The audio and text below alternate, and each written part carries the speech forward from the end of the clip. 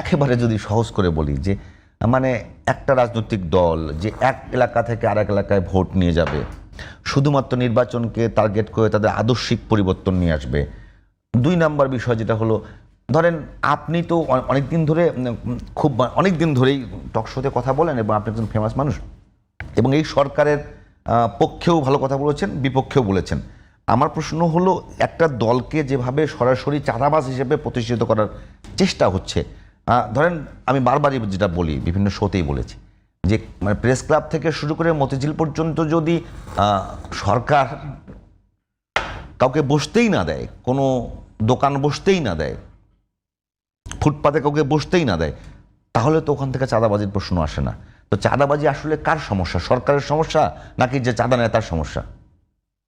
না, ধন্যবাদ আপনাকে। অনেকগুলো কথা বলছেন, আমি চাঁদাবাজ প্রসঙ্গে প্রথমে আসি। আচ্ছা, আসেন।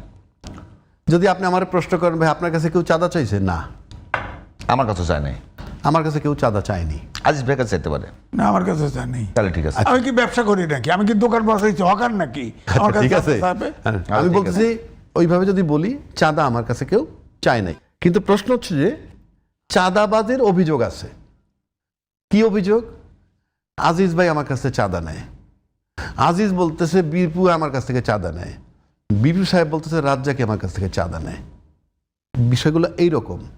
একমাত্র যিনি চাঁদা দেন তিনিই জানেন কে তার কাছে চাঁদা চায়, এছাড়া আমি বলতে পারবো না। এই যে কে চাঁদা চায় এইটা জানে একমাত্র যিনি চাঁদা দেন। চাঁদা যিনি এইরকম একটা বায়বীয় অভিযোগ দিয়ে আমি দলের কথা বলছি না তো, বড় সংকটে ফেলা হয়েছে। আমি দলের কথা বলছি না তো, আমি চাঁদা দিচ্ছি, আমি বলতে পারবো চাঁদা নেয় কে, এটা কে আসলে, আমি সেটা বলছি। চাঁদা কে নেয় তো আমি জানি না, আমি তো বললাম আমার কাছে চায় না। কিন্তু যিনি চাঁদা দিচ্ছেন একমাত্র তিনি জানেন কে তার কাছে চাঁদা চায়। সুতরাং সে যখন ভোট দিবে সে তখন ডিসাইড করবে যে আমি কি চাঁদাবাজরে ভোট দিব না চাঁদাবাজের বাইরে ভোট দিব।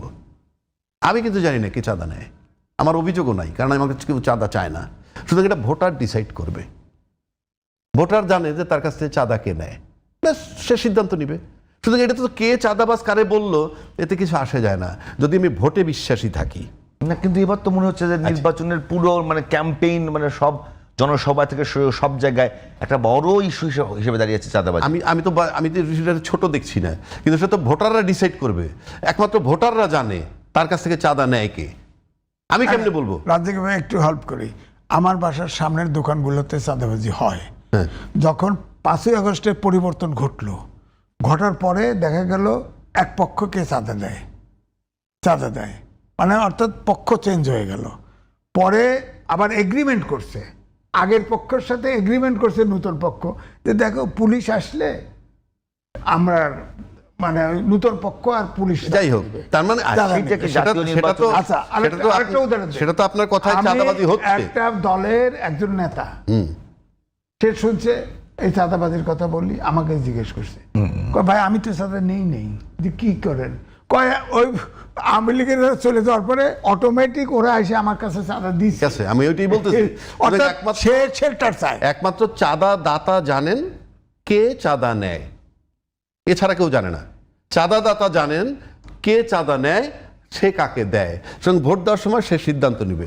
আজকে চাঁদাবাজ বিষয়টা এত বেশি আলোচিত হইতেছে অ্যাজ ইফ যে এটা আপনার কথা যদি ধরি, যে আমি বলি আপনাকে একটু ডিস্টার্ব করতেছি একটু, যে যদি মনে করে যে চাঁদা দেয় সেই একমাত্র জানে, তো প্রশ্ন হলো চাঁদা তো আর 1 কোটি লোক দেয় না। তো এখন যেভাবে ক্যাম্পেইন শুরু হয়েছে রাজনৈতিকভাবে, এটা হলো মানে নির্বাচনী ক্যাম্পেইনের মূল এজেন্ডা হলো চাঁদাবাজি মুক্ত বাংলাদেশ।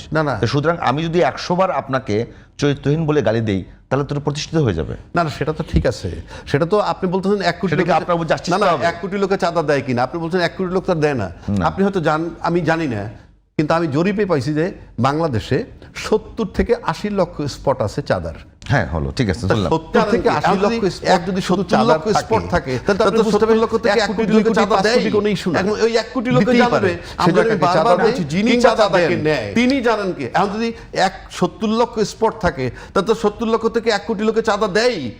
ওই 1 কোটি লোকে জানবে আমরা কাকে চাঁদা দেই কিংবা চাঁদাকে নেয়। এই আরো বলি, না যে এই যে বললেন এত স্পট আছে, এই স্পটের ভিতরে ধরেন একটা স্পটে 100 জন আছে, তার পরিবার আছে না, আত্মীয় স্বজন, সেই জন্যই বলতেছি ওইভাবে হিসাব করলে তো হবে না। ওইভাবে হিসাব করলে আপনি দেখবেন বিরাট একটা অংশের কাছ থেকে চাঁদা নেয়। এখন এই চাঁদা দেয় কারা, কাদেরকে দেয়, এটা হলো ওই যারা চাঁদা দাতা তারা ভোটার, যারা চাঁদা নেয় তারা হয়তো প্রার্থী, সুতরাং তারা ডিসাইড করবে। এটা গেল একটা দিক। আর একটা দিক নিয়ে আসছেন আপনি যে এদের বিরুদ্ধে আর যারা চাঁদাবাজের কমপ্লেন করে তাদের বিরুদ্ধে আছে আবার তারা স্বাধীনতার বিপক্ষ শক্তি কিংবা রাজাকার, তাদের প্রথম কথা বলেন যে প্রথম কথা হলো যে চাঁদাবাজি যা হচ্ছে সেটা আসলে সর্বপ্রথম সুশাসনের অভাব কিংবা প্রশাসনের ব্যর্থতা। তাই দোষটা তো প্রথম প্রশাসনের দিকে যাবার কথা। তো এখন সেটা না করে একটা দলকে তাহলে তো আপনাকে আর একটা কথা বলতে হয়। আপনি 5ই আগস্টের আগ পর্যন্ত চাঁদাবাজি হয়েছে বাংলাদেশে, কোনো সন্দেহ নাই না। আচ্ছা, 5ই আগস্টের পরে ওই যে জায়গাগুলো চাঁদাবাজি হইতে জায়গাগুলো কি খালি আছে সেটা বলেন? না, খালি নাই। ভরছে কারা? হ্যাঁ, কারা ভরছে? কেউ না কেউ তো ভরছে। ভরছে তো, সরকার তো লোক নাই না, তো ভরছে কারা? তো সরকার তো শুধু ঠেকায় নেই। আমার কথা না, সরকার ঠেকাবে কেমনে? সরকারের পুলিশ কিভাবে কেনে? সরকারের মানে আমরা কিন্তু সেই পুরনো দিকে যাচ্ছি। সরকারের পুলিশ কোথায়? মানে পুলিশের নাকি অস্ত্র লুট হয়ে যায়, পুলিশ ঠেকাবে কেমনে? মানে ফুটপাতের উপর বসে একজন দোকানদারে করবে, ওটাও অবৈধ। সেই দোকানদারের কাছ থেকে একজন চাঁদা নেবে, সেটাও অবৈধ। দুইটা অবৈধ কাজ হতে দিল সরকার। সরকার দিবে কেন? হ্যাঁ, সরকার তো non cooperated by administration and politician, বহু আগে থেকে বলে আসছি। আপনি শুনেন, এমনটা অভিযোগ উঠতে পারে না। না, রাজ্জাকে ভাই এমনটা অভিযোগ উঠতে পারে না যে, এমনটা অভিযোগ উঠতে পারে না যে আমি সুন্দরী নারী আপনার সামনে দিলাম, আপনাকে বিতর্কিত করবেন না। না, আমি বলি সবকিছুর দায় কিন্তু আলটিমেটলি সরকারের, সেটা আমরা বলতেছি।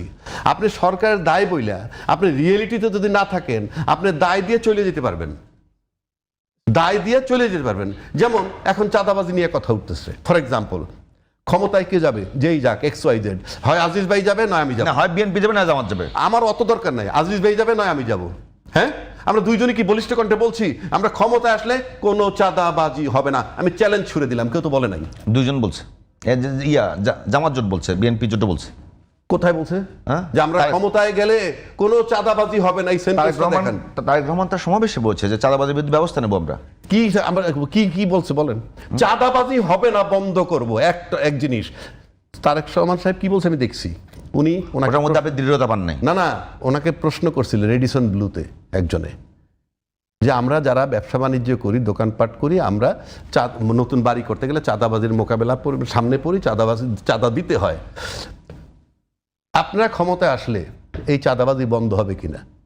এটার আমার যদি আপনি আমাকে বলেন, এক লাইন উত্তর, ইয়েস, আমরা ক্ষমতায় আসলে কোনো চাঁদাবাজি হবে না, শেষ।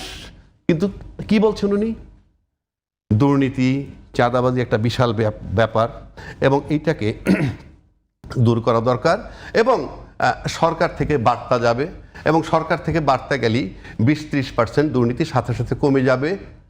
তাকে তো প্রধানমন্ত্রী ভাইবা আমি প্রশ্নটা করলাম, উনি তো প্রধানমন্ত্রী ওই মুহূর্তে, তার কাছে স্ট্রেট বক্তব্যটা হওয়া উচিত ছিল এই যে আমরা যদি সরকার গঠন করি, ফ্রম ডে 1 চাঁদাবাজিতে ফুল স্টপ। আর আপনি কি বললেন? বার্তা যাবে, সরকার থেকে বার্তা যাবে। সরকার তো আমি, আমার সামনে তো কল্পিত সরকার সে, আমি সেটা বলছি। সুতরাং আমাদের জবাবগুলা সহজ সরল, মানুষ সহজ সরল জবাব, মানুষ এইটাই প্রত্যাশা করে। এটার মানে বলছি না চাঁদাবাজি বন্ধ হবে। বহু প্রোগ্রাম তারেক রহমান সাহেব দিচ্ছে, সবই ভালো। মনে করেন আপনি কি বলে এই ফ্যামিলি কার্ড দিবেন, ভালো প্রোগ্রাম। আপনি কৃষি কার্ড দিবেন, ভালো প্রোগ্রাম। আপনি ধরেন হেলথ কার্ড দিবেন, ভালো প্রোগ্রাম। আপনি বৃক্ষরোপণ করবেন, ভালো প্রোগ্রাম। খাল খনন করবেন, ভালো প্রোগ্রাম। সবই ভালো প্রোগ্রাম, কিন্তু এই সব বক্তব্যগুলা সুন্দর, গ্রহণযোগ্য যদি হয়, সেখানে আপনাকে যারা প্ল্যান করে বলতেছে তাদের একটু হিসাব নিকাশ করে বলতে হবে। যেমন এটা বাস্তবায়ন কিভাবে হবে, এটার সোর্স অফ ফান্ড কোত্থেকে আসবে।